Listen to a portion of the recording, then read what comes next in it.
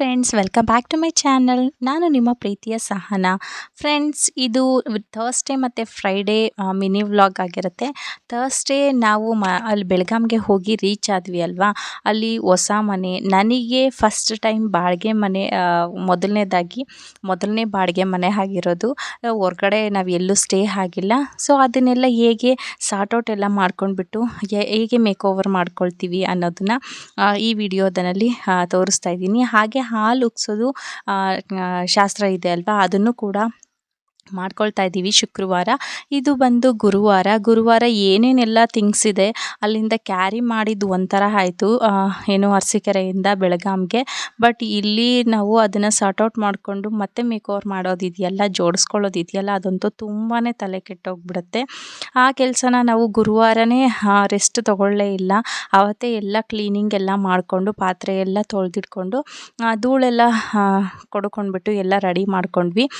ನಮಗೆ ಗುರುವಾರ ನಾವು ಮಾರ್ನಿಂಗ್ ಇಲ್ಲಿಗೆ ಬಂದಿದ್ದು 9:30 ಆಗಿತ್ತು.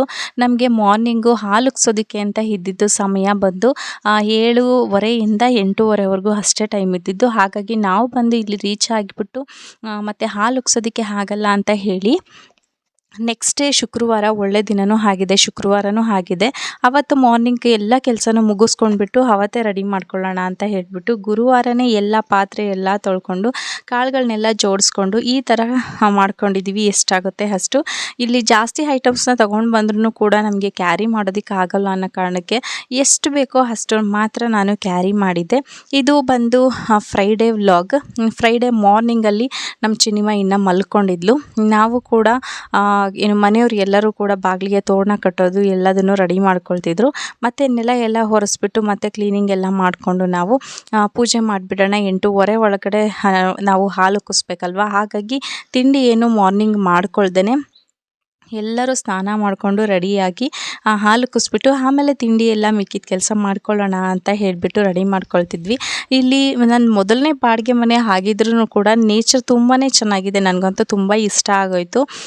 ಎದ್ದ ತಕ್ಷಣ ಸೂರ್ಯನ ನೋಡ್ಕೊಳ್ತೀನಿ. ಮತ್ತು ಇಲ್ಲಿ ಕಾಡುಗಳೆಲ್ಲ ಇದೆ, ಗಿಡ ಮರಗಳೆಲ್ಲ ನೋಡೋದಕ್ಕೆ ತುಂಬಾ ಚೆನ್ನಾಗಿದೆ. ಮಾರ್ನಿಂಗ್ ಪಾಸಿಟಿವ್ ವೈಬ್ಸ್ ಇದೆ. ತುಂಬಾ ಅಂದರೆ ಬೇಗ ಎದ್ರೇ ನಮಗೆ ಕೆಲಸ ಎಲ್ಲ ಆಗುತ್ತೆ. ಮತ್ತು ಮೂಡ್ ಆಫ್ ಆಗೋ ಥರ ಆ ಥರ ಏನೂ ಇರೋದಿಲ್ಲ. ತುಂಬಾ ಚೆನ್ನಾಗಿರುತ್ತೆ. ಬೇಜಾರಂತೂ ಆಗೋದೇ ಇಲ್ಲ ಇಲ್ಲಿ ನೇಚರ್ ನೋಡಿದ್ರೆ, ಅಷ್ಟು ಚೆನ್ನಾಗಿದೆ. ನಾವು ಕೂಡ ಫ್ರೆಶ್ ಅಪ್ ಆಗಿಬಿಟ್ಟು ಶುಕ್ರವಾರ ಮಾರ್ನಿಂಗು ಚಿಕ್ಕದಾಗಿರೋಂಥ ದೇವ್ರ ಮನೆಗೆ ನಾನೊಂದು ಫೋಟೋನ ತೊಗೊಂಡು ಬಂದಿದ್ದೆ. ಇದರಲ್ಲಿ ಲಕ್ಷ್ಮೀ, ಸರಸ್ವತಿ ಮತ್ತು ಗಣಪತಿ ಇರೋವಂಥದ್ದು ಫೋಟೋನ ತೊಗೊಂಡು ಬಂದಿದ್ದೆ. ಅದ್ರ ಮುಂದೆನೇ ಕಳಸನ ಇಟ್ಬಿಟ್ಟು ರೆಡಿ ಮಾಡ್ಕೊಳ್ಳೋಣ ಅಂತ ಹೇಳಿ ರೆಡಿ ಮಾಡಿಕೊಂಡು 2 ಚಿಕ್ಕದಾಗಿ ದೀಪನ ತೊಗೊಂಡು ಬಂದಿದ್ದೆ. ನಾನು ಇಲ್ಲಿಗೆ ಯಾವುದೇ ಬೆಳ್ಳಿ ಐಟಮ್ಸ್ ಏನು ತೊಗೊಂಡು ಬಂದಿಲ್ಲ, ಏಕೆಂದರೆ ಹೊರ್ಗಡೆ ಇರೋದಲ್ವ. ಹಾಗಾಗಿ ಇಲ್ಲಿ ಬೇಡ ಅಂತ ಹೇಳ್ಬಿಟ್ಟು ನಾನು ಯಾವುದನ್ನು ತೊಗೊಂಡು ಬಂದಿಲ್ಲ. ಎಲ್ಲ ಆ ಮನೆಯಲ್ಲೇ ಇದೆ. ಇವಾಗ ಸದ್ಯಕ್ಕೆ ಎಷ್ಟು ಬೇಕೋ ಅಷ್ಟನ್ನು ಮಾತ್ರ ನಾನು ಕ್ಯಾರಿ ಮಾಡ್ಕೊಂಡಿರೋದು. ಬಾಡಿಗೆ ಮನೆಗೆ ಹೇಳಿದ್ನಲ್ಲ, ತುಂಬ ದೂರ ಇರೋದ್ರಿಂದ ಕ್ಯಾರಿ ಮಾಡ್ಕೊಳ್ಳೋದಕ್ಕೂ ತುಂಬ ಕಷ್ಟ ಆಗುತ್ತೆ ಅನ್ನೋ ಕಾರಣಕ್ಕೆ ಹಾಗಾಗಿ ನಾನು ಯಾವುದನ್ನು ಜಾಸ್ತಿ ಐಟಮ್ಸ್ನ ತೊಗೊಂಡು ಬಂದಿರಲಿಲ್ಲ. ಮನೆ ಪೂಜೆ ಎಲ್ಲ ಆದಮೇಲೆ ಇದು ದೇವ್ರ ಮನೆಯಲ್ಲೆಲ್ಲ ಪೂಜೆ ಆಯಿತು. ಹಾಗೆಯೇ ಮನೆ ಪೂಜೆನೂ ಮಾಡ್ಕೊಳ್ಳೋಣ ಅಂತ ಹೇಳಿಬಿಟ್ಟು ಅದಕ್ಕೂ ಕೂಡ ರೆಡಿ ಮಾಡಿಕೊಂಡು ಹೊಸ್ತಿಲು ಪೂಜೆನೂ ಎಲ್ಲ ಮುಗಿಸ್ಕೊಂಡಿದ್ದಾಯಿತು. ಅದಾದಮೇಲೆ ಹಾಲು ಉಗ್ಸೋ ಕಾರ್ಯಕ್ರಮ ಇತ್ತಲ್ವ. ಬೆಳಗ್ಗೆ 8:30ಗೆ ಟೈಮ್ ಕೊಟ್ಟಿದ್ದರು. 7 ಗಂಟೆಯಿಂದ 7:30 8:30 ಒಳಗಡೆ ನೀವು ಮಾಡ್ಕೊಳ್ಬೇಕಾಗಿತ್ತು ಅಂತ ಹೇಳಿದರು ಶಾಸ್ತ್ರದಲ್ಲಿ. ಹಾಗಾಗಿ ನಾವು ಅದ್ರ ಒಳಗಡೆ ಕಂಪ್ಲೀಟ್ ಮಾಡ್ಕೊಳ್ಳೋಣ ಅಂತ ಹೇಳಿಬಿಟ್ಟು ಮನೆ ಪೂಜೆ ಎಲ್ಲ ಕಂಪ್ಲೀಟ್ ಆದಮೇಲೆ ಇವಾಗ ಸ್ಟವ್ ಎಲ್ಲ ಮನೆಯಲ್ಲೂ ಕಾಮನ್ ಆಗಿ ಇರೋದು. ಇವಾಗ ಎಲ್ಲ ಒಲೆಗಳು ಏನೂ ಇಲ್ಲ, ಈ ಥರ ಸ್ಟವ್ಗಳೇ ರೆಡಿಮೇಡ್ ಸ್ಟವ್ ಎಲ್ಲ ಯೂಸ್ ಮಾಡ್ತಾರಲ್ವ. ಅದಕ್ಕೆ ನಾನು ಕೂಡ ಪೂಜೆ ಮಾಡಿ ಒಂದು ಅರಿಶಿಣದಲ್ಲಿ ಗಣಪತಿನ ಮಾಡ್ಕೊಂಡ್ಬಿಟ್ಟು ಅದಕ್ಕೆ 21 ಗರಿಕೆನೂ ಸಿಗಿಸ್ಕೊಂಡು ಅದಕ್ಕೂ ಪೂಜೆ ಮಾಡಿಕೊಂಡು ಅದಾದಮೇಲೆ ಸ್ಟವ್ ಪೂಜೆ ಎಲ್ಲ ಆದಮೇಲೆ ಗಣಪತಿ ಪೂಜೆ ಎಲ್ಲ ಆಯಿತು. ಅದಾದಮೇಲೆ ನಾನು ಹೊಸ್ತಿಲು ಪೂಜೆ ಮಾಡಿಕೊಂಡೆ. ಹಾಗೆಯೇ ಇಲ್ಲಿ ನನಗೆ ಇನ್ನೊಂದು ತುಂಬಾ ಇಷ್ಟ ಆಗಿದ್ದು ಅಂತ ಹೇಳಿದ್ರೆ ನನಗೆ ತುಳಸಿ ಕಟ್ಟೆ. ಇಲ್ಲಿ ಎಲ್ಲರ ಮನೆಯಲ್ಲೂ ಕೂಡ ಎಂಥ ಬಡವರೇ ಆಗಲಿ ಎಂಥ ಶ್ರೀಮಂತರೇ ಆಗಲಿ ಎಲ್ಲರ ಮನೆಗಳಲ್ಲೂ ಕೂಡ ಇದೇ ಥರ ತುಳಸಿ ಕಟ್ಟೆನ ಕಟ್ಕೊಂಡಿದ್ದಾರೆ ಮನೆ ಮುಂದೆ. ಅದರಲ್ಲಿ ಯಾವಾಗಲೂ ಅವ್ರು ಖಾಲಿನೇ ಬಿಡೋದಿಲ್ಲ. ತುಳಸಿನ ಹಾಕಿರ್ತಾರೆ ಮತ್ತು ಪೂಜೆನೂ ಮಾಡ್ತಾರೆ. ಇಲ್ಲಿ ತುಳಸಿ ವಿವಾಹ ಅಂತ ಹೇಳಿ ತುಂಬ ಗ್ರ್ಯಾಂಡಾಗಿ ಮಾಡ್ಕೊಳ್ತಾರೆ. ಮನೆ ಮುಂದೆ ಈ ಥರ ತುಳಸಿ ಕಟ್ಟೆ ಇದ್ದರೆ ನೋಡೋದಕ್ಕೆ ಇಷ್ಟು ಚೆನ್ನಾಗಿರುತ್ತಲ್ವ. ನನಗಂತೂ ತುಂಬ ಅಂದರೆ ತುಂಬ ಇಷ್ಟ ಆಗೋಯಿತು. ಪೂಜೆ ಎಲ್ಲ ಕಂಪ್ಲೀಟ್ ಆದಮೇಲೆ ಹಾಲುಗ್ಸೋದಿರುತ್ತಲ್ವ, ಅದಕ್ಕೆ ಒಂದು ಪಾತ್ರೆಯಲ್ಲಿ ಹಾಲುಗ್ಗಿಸ್ಬಿಟ್ಟು ಇವತ್ತು ಜಸ್ಟ್ ಹಾಗೆಯೇ ಶುಕ್ರವಾರ ಆಗಿದ್ದರಿಂದ ತೆಂಗಿನಕಾಯಿನ ಹಾಗೆಯೇ ನೈವೇದ್ಯ ಮಾಡಿಕೊಂಡೆ ಎಲ್ಲದಕ್ಕೂ. ನೈವೇದ್ಯ ಆದಮೇಲೆ ನಾನು ಹಾಲುಗ್ಸೋದಕ್ಕೆ ಅಂತ ಹೇಳಿ ಇಟ್ಟಿದ್ದೆ. ಹಾಲು ಎಲ್ಲನೂ ಕೂಡ ಇಲ್ಲಿ ನಮಗೆ ಎಮ್ಮೆ ಹಾಲು ಜಾಸ್ತಿ ಸಿಗುತ್ತೆ. ನಮ್ಮ ಕಡೆ ಎಲ್ಲ ಎಮ್ಮೆ ಹಾಲು ಸ್ವಲ್ಪ ಕಮ್ಮಿ, ಇಲ್ಲಿ ಮಾತ್ರ ಎಮ್ಮೆ ಹಾಲೆಲ್ಲ ಜಾಸ್ತಿ ಇದೆ. ಸೊ ಅದನ್ನೇ ತೊಗೊಂಡಿದ್ದೆ ನಾನು. ಅದನ್ನೇ ಇಟ್ಬಿಟ್ಟು ಇವತ್ತು ಉಕ್ಕಿಸ್ತಾ ಇದ್ದೀವಿ. ತುಂಬ ಚೆನ್ನಾಗಿ ಉಕ್ತು ಮತ್ತು ಅದರಲ್ಲಿ ಏನಾದರೂ ಸ್ವೀಟ್ ಮಾಡಬೇಕು ಅಂತ ಹೇಳಿ ದೊಡ್ಡವ್ರು ಹೇಳ್ತಾರಲ್ವ, ಹಾಗಾಗಿ ಪಾಯಸ ಏನಾದರೂ ಮಾಡ್ಕೊಂಡ್ರಾಯ್ತು ನಿಧಾನಕ್ಕೆ ಅಂತ ಹೇಳಿಬಿಟ್ಟು ಬೆಳಗ್ಗೆ ಎದ್ದ ತಕ್ಷಣವೇ ಪೂಜೆ ಎಲ್ಲ ಮುಗಿಸಿ ಆದಮೇಲೆ ಕೆಲವೊಂದು ಕೆಲಸ ಇತ್ತು. ಹಾಗಾಗಿ ಅದನ್ನು ಮಾಡ್ಕೊಳ್ಳೋಣ ಅಂತೇಳಿ ಪೂಜೆ ಎಲ್ಲದು ಆದಮೇಲೆ ಹೀಗೆ ಆಚೆಗಡೆ ಬಂದಾಗ ಇಲ್ಲಿ ಮೇಲ್ಗಡೆ ನನಗೆ ಸ್ಪೇಸ್ ಇದೆ. ಅಲ್ಲಿ ಸ್ವಲ್ಪ ಕಾಡು ಥರ ಅಂದರೆ ಏನು ಗೋಡಂಬಿ ಎಲ್ಲ ಬೆಳೀತಾರಲ್ವ, ಅದೆಲ್ಲ ಫುಲ್ಲು ಕಾಡಿದೆ. ನಮ್ಮ ಮನೆ ಲೆಫ್ಟ್ ಸೈಡು ಆ ಕಡೆ ಯಾವ ಮನೆಗಳು ಇಲ್ಲ. ಅಲ್ಲಿ ನವಿಲುಗಳೆಲ್ಲ ಓಡಾಡ್ತಿರುತ್ತೆ, ತುಂಬಾ ಚೆನ್ನಾಗಿದೆ. ಅವತ್ತು ಒಂದು ಇಲ್ಲಿ ಹೀಗೆ ಪಾಸ್ ಆಯಿತು, ಅದನ್ನು ಕೂಡ ನಾನು ಕ್ಯಾಪ್ಚರ್ ಮಾಡಿಕೊಂಡೆ. ಅದಾದಮೇಲೆ ಆಮೇಲೆ ಅಡುಗೆ ಎಲ್ಲ ಮಾಡ್ಕೊಳ್ಳೋಣ, ಒಂದೇ ಸಲ ತಿಂಡಿ ಎಲ್ಲ ಮಾಡ್ಕೊಳ್ಳೋಣ ಅಂತ ಹೇಳಿಬಿಟ್ಟು ಮಿಕ್ಕಿದ ಕೆಲಸ ಏನಿತ್ತು ಅದನ್ನು ಮಾಡ್ಕೊಂಡ್ವಿ.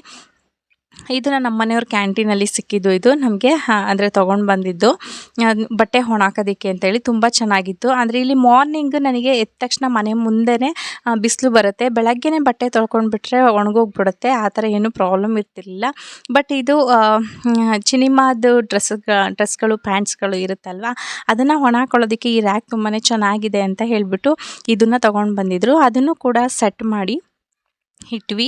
ಅದನ್ನು ಆಚೆಗಡೆ ಇಟ್ಟರೆ ಏನಾಗುತ್ತೆ ಗೊತ್ತಾ, ಇದು ನಮ್ಮ ಮನೆ ಅಪ್ಪಲ್ಲಿ ಇರೋದ್ರಿಂದ ಅಪ್ಪಲ್ಲಿ ಇರೋದ್ರಿಂದ ತುಂಬ ಗಾಳಿ ಬರುತ್ತಲ್ವ, ಬಿದ್ದೋಗ್ಬಿಡುತ್ತೆ.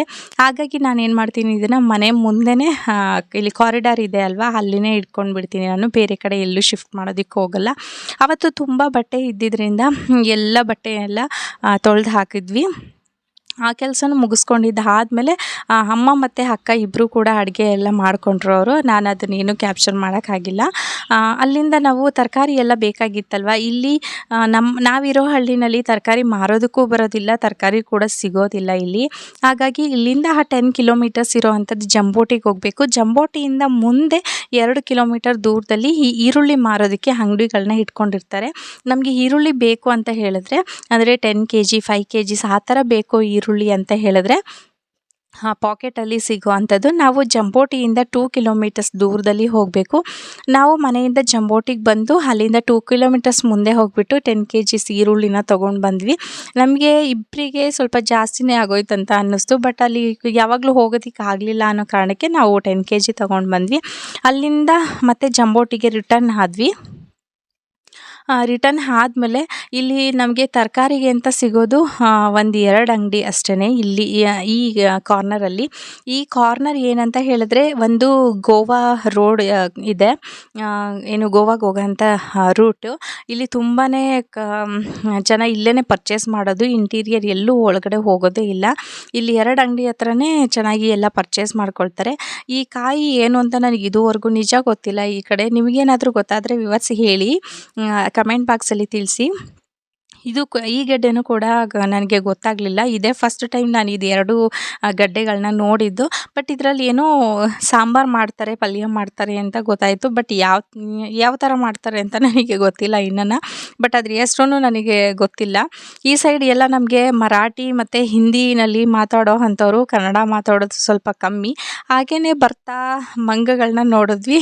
ಅದು ನಮ್ಮ ಕಡೆ ಇರೋ ಮಂಗಗಳೇ ಒಂಥರ ಇದೆ, ಬಟ್ ಈ ಕಡೆ ಇರೋ ಮಂಗಗಳೇ ಒಂಥರ ಇದೆ. ನೀವೇ ನೋಡ್ತಿರ್ಬೋದು ಯಾವ ಥರ ಅಂಥೇಳಿ. ಮೂತಿ ಎಲ್ಲ ಬ್ಲ್ಯಾಕ್ ಇದೆ, ಏನು ವೈಟ್ ಕಲರ್ ಹೇರ್ಸ್ ಆ ಥರ ಬರುತ್ತೆ. ಇದು ತುಂಬಾ ಚೆನ್ನಾಗಿದೆ. ಅದನ್ನು ಕೂಡ ಕ್ಯಾಪ್ಚರ್ ಮಾಡಿಕೊಂಡೆ.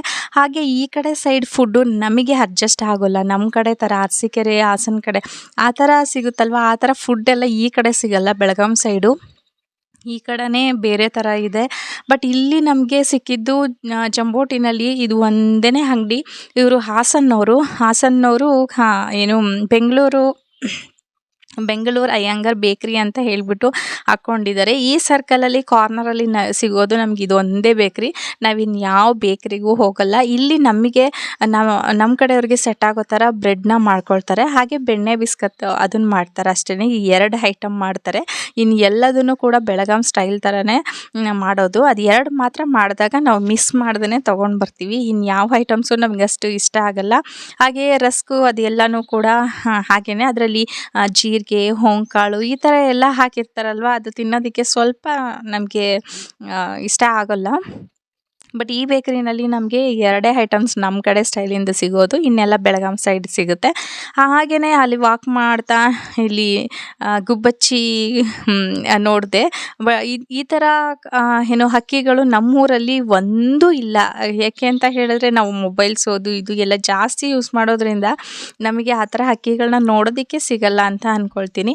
ಎಷ್ಟೋ ವರ್ಷ ಆದಮೇಲೆ ನಾನು ಈ ಹಕ್ಕಿನ ನೋಡಿದ್ದು, ಅದನ್ನು ಕೂಡ ಕ್ಯಾಪ್ಚರ್ ಮಾಡಿಕೊಂಡೆ. ನಾವು ಜಂಬೋಟಿಯಿಂದ ರಿಟರ್ನ್ ಆಗೋದ್ರೊಳಗಡೆ ನೈಟ್ ಆಗೋಯ್ತು. ಒಂದು 6:30 7 o'clock ಆಗೋಯ್ತು. ತುಂಬಾ ಆ ಕಡೆ ಈ ಕಡೆ ಕಾಡಿರೋದ್ರಿಂದ ನಾವು ಬೇಗನೆ ಮನೆ ಸೇರ್ಕೊಳ್ಬೇಕಾಗತ್ತೆ. ಲೇಟಾಗಿ ಅಂತ ಹೇಳಿದ್ರೆ ಭಯ ಆಗುತ್ತೆ. ಅಂದರೆ ಓಡಾಡ್ತಾರೆ, ಸ್ವಲ್ಪ ಜನ ಕಮ್ಮಿ ಓಡಾಡ್ತಾರೆ, ಹಾಗಾಗಿ ನೈಟ್ ಒಳಗಡೆ ನಾವು ಮನೆ ರೀಚ್ ಆಗಬೇಕು. ಅದೆಲ್ಲ ಆದಮೇಲೆ ಅಲ್ಲಿಂದ ತರಕಾರಿ ತೊಗೊಂಡು ಬಂದಿದ್ದು ಎಲ್ಲದನ್ನು ಕೂಡ ನಾನು ಸಾರ್ಟ್ ಔಟ್ ಮಾಡಿ ಏನು ಫ್ರಿಡ್ಜ್ ಕಂಟೈನರ್ಸ್ ತರಿಸಿದ್ನಲ್ವ, ಅದಕ್ಕೆ ಸ್ಟೋರ್ ಮಾಡಿ ಇಟ್ಕೊಳ್ತಾ ಇದ್ದೀನಿ. ನಾನು ಇದರಲ್ಲೇ ಸ್ಟೋರ್ ಮಾಡಿ ಇಟ್ಕೊಳ್ಬೇಕು, ಮತ್ತು ಫ್ರಿಡ್ಜ್ ಏನೋ ನಾನು ತರೋದಕ್ಕಾಗಲ್ಲ ಈಗ ಸದ್ಯಕ್ಕೆ. ಸೊ ಹಾಗಾಗಿ ಇದಾಗಿತ್ತು ನನ್ನ ಇವತ್ತಿನ ವಿಡಿಯೋ. ಮೊದಲನೇ ಮನೆಯದ್ದು ಬಾಡಿಗೆ ಮನೆ ಎಕ್ಸ್ಪೀರಿಯೆನ್ಸ್ ಹೇಗಾಯಿತು ಏನು ಅಂತ ಹೇಳಿಬಿಟ್ಟು ನೆಕ್ಸ್ಟ್ ವಿಡಿಯೋಗಳಲ್ಲೂ ಶೇರ್ ಮಾಡ್ಕೊಳ್ತೀನಿ. ಮತ್ತು ಇವಾಗ ಮಾತ್ರ ನನಗೆ ತುಂಬಾ ಇಷ್ಟ ಆಗೋಯಿತು. ವಾತಾವರಣ ಎಲ್ಲ ಒಂಥರ ಪಾಸಿಟಿವ್ ವೈಬ್ಸ್ ಇದೆ.